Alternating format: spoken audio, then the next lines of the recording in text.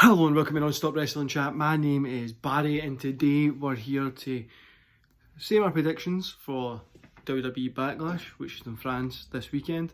I'm going to deep dive into a little bit about AEW and how weird the company's been at the minute. Anyway guys, I'm going to roll my intro. While I'm doing that, don't forget to hit like, subscribe and that beautiful notification bell. I'll be back with you.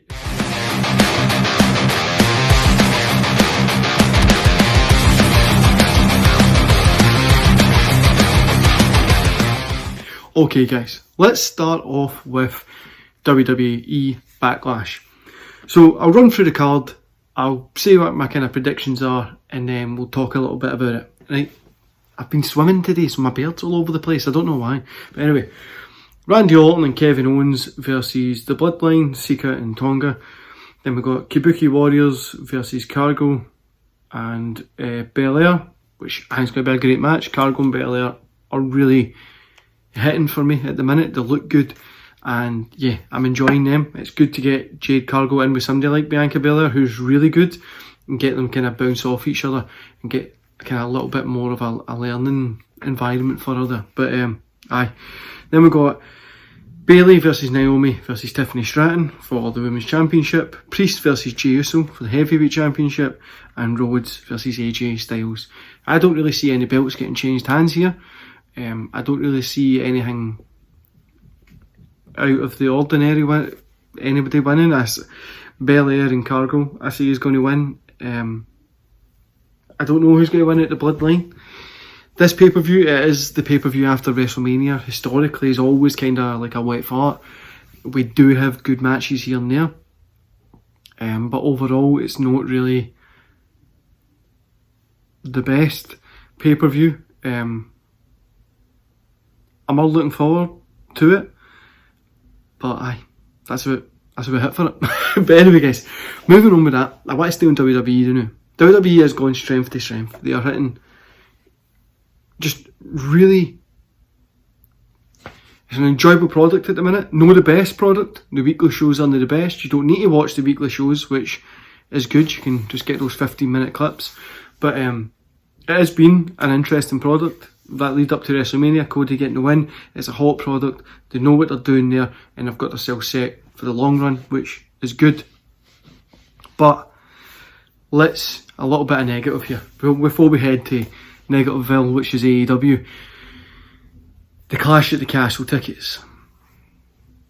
One, the Hydro is literally 5-minute walk from my house. It's not far at all, but we're now talking cheapest tickets I've saw is £500 a ticket, and that's obviously as for 2 shows, so it's £250, right? But it was cheaper for me to get tickets to go to Backlash in France tomorrow, than what it is for me to go, say, 5 minutes down the road from me. It's cheaper. It's literally cheaper for me. It was cheaper for me to go to the first Clash at the Castle and the one last year as well, than what it is for me to go to one night here. I don't think I'm going to be gone. To be honest with you, I can afford it, but I don't like paying out of my arse for stuff that shouldn't be costing out of his arse. There was WrestleMania tickets that were on par with the same price as this year, and it's not worth it. I mean, it's only a Clash at a Castle.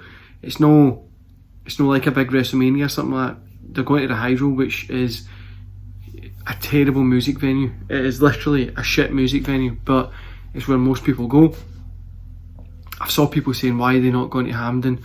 Why are they not going to like different places? But the reason I'm not going to Hampden is because there is people playing at Hampden in the week leading up to that as well.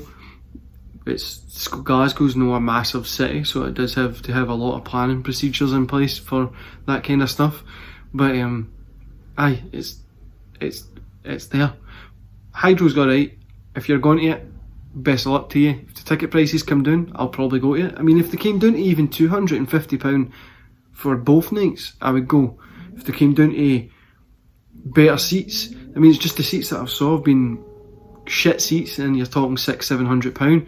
I'm going to be taking me, my partner, and my 2 kids. It's not really worth it. But I'm a little bit gutted about that. I think the whole of Scotland is a little bit pissed off. You are not really kind of going to be spending that amount of money. But anyway, we digress into the land of negativity. Let's talk about the Tony Khan bump.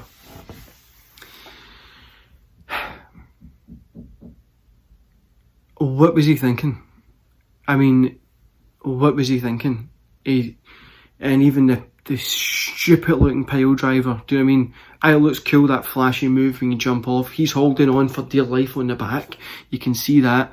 And when in a fight or a beat down circumstance would somebody just randomly however, imagine you're at a nightclub, whatever, somebody starts fighting, somebody gets punched in the stomach, they hit the ground, they pick them up, to go to pit them in a pile driver. First of all, you'd be like, that's a bit fucking weird. Then somebody comes off the table doing this fucking flip. You'd be like, what is going on there?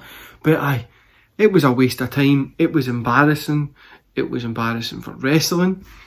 And then he came out with that neck brace during the NFL thing, which was also embarrassing. Then he went on to that talk show and compared WWE to Harvey Weinstein, which was even more embarrassing. We've had matches on that show that have just been boring as hell to watch. The one just there was just the Dynamite and Rampage. I just watched the clips from it. Was shit. I don't know what the Tony Khan is thinking. I literally don't know what he's thinking. Do you know what I mean? It is embarrassing to watch, and you've got WWE with such a hot product at the minute that people want to watch. People are talking about wrestling again.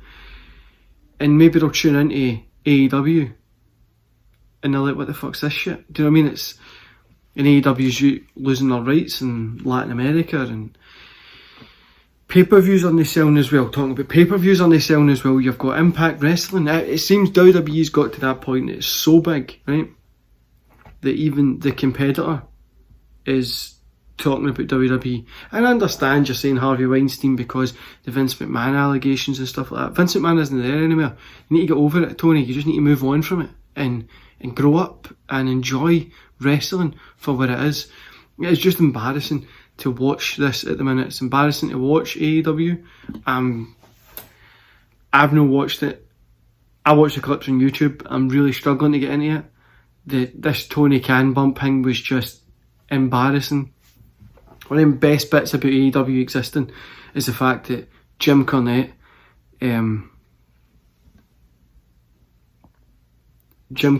is moaning about it, and that's one of the best things about it. On the story of Jim Cornette, the racism thing that came out on X or Twitter, what you want to call it, when everybody, because of the thumbnail, everybody jumped on about it without even listening to it. People were berating this guy, calling him all the names under the sun, and he didn't even say a racist comment within that video at all. I'm not saying he's not been racist in the past, I'm just saying that moment wasn't it at all. It is embarrassing, guys. This wrestling community stuff and that, they know I'm going through stuff outside of the internet world, right? But it's just embarrassing. Really is sometimes embarrassing to be part of this community, and you're watching new people coming in. Like I says, I've had people berate me for what I enjoy in wrestling.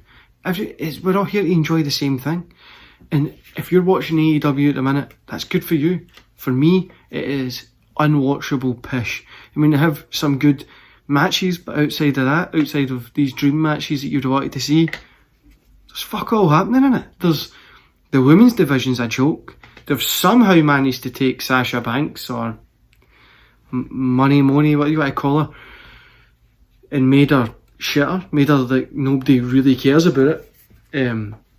I don't even know what they're doing. The women's division is terrible in AEW. In the men's division's got a couple of dream matches and that's it. It's just, they're so obsessed with this New Japan Pro Wrestling stuff, and their belts and all these other belts and this and that, and putting over these other people because this person's got this Japanese belt and this means this, and nobody gives a fuck. You know what I mean? It makes your guys look stupid. Look at the Swerve win it. Swerve Strickland winning the belt was fantastic, but the way they've managed it, it's just been terrible. He doesn't really mean anything as a champion anymore, and that sums up AEW. this is going to go on for ages, guys. We're going to have AEW here. I hope it gets better. I really, really do hope it gets better. But I don't see it getting better anytime soon. But anyway, guys, let me know what you think about Backlash coming up. For me, I'm going to watch it, I'm going to enjoy it, and I'll move on. It's not going to be the best pay-per-view ever, but it is there, and I'm excited for it. But I want you to let me know what you think about Backlash coming up this weekend. And what's your thoughts on AEW? Are you getting a little bit sick and tired of the same old every time? It's just getting a little bit... Yeah. Are you getting like that, or are you still enjoying it? Don't forget to hit like, subscribe, and that beautiful notification bell, and I'll be back here, hopefully, next week, if all goes well. See you later.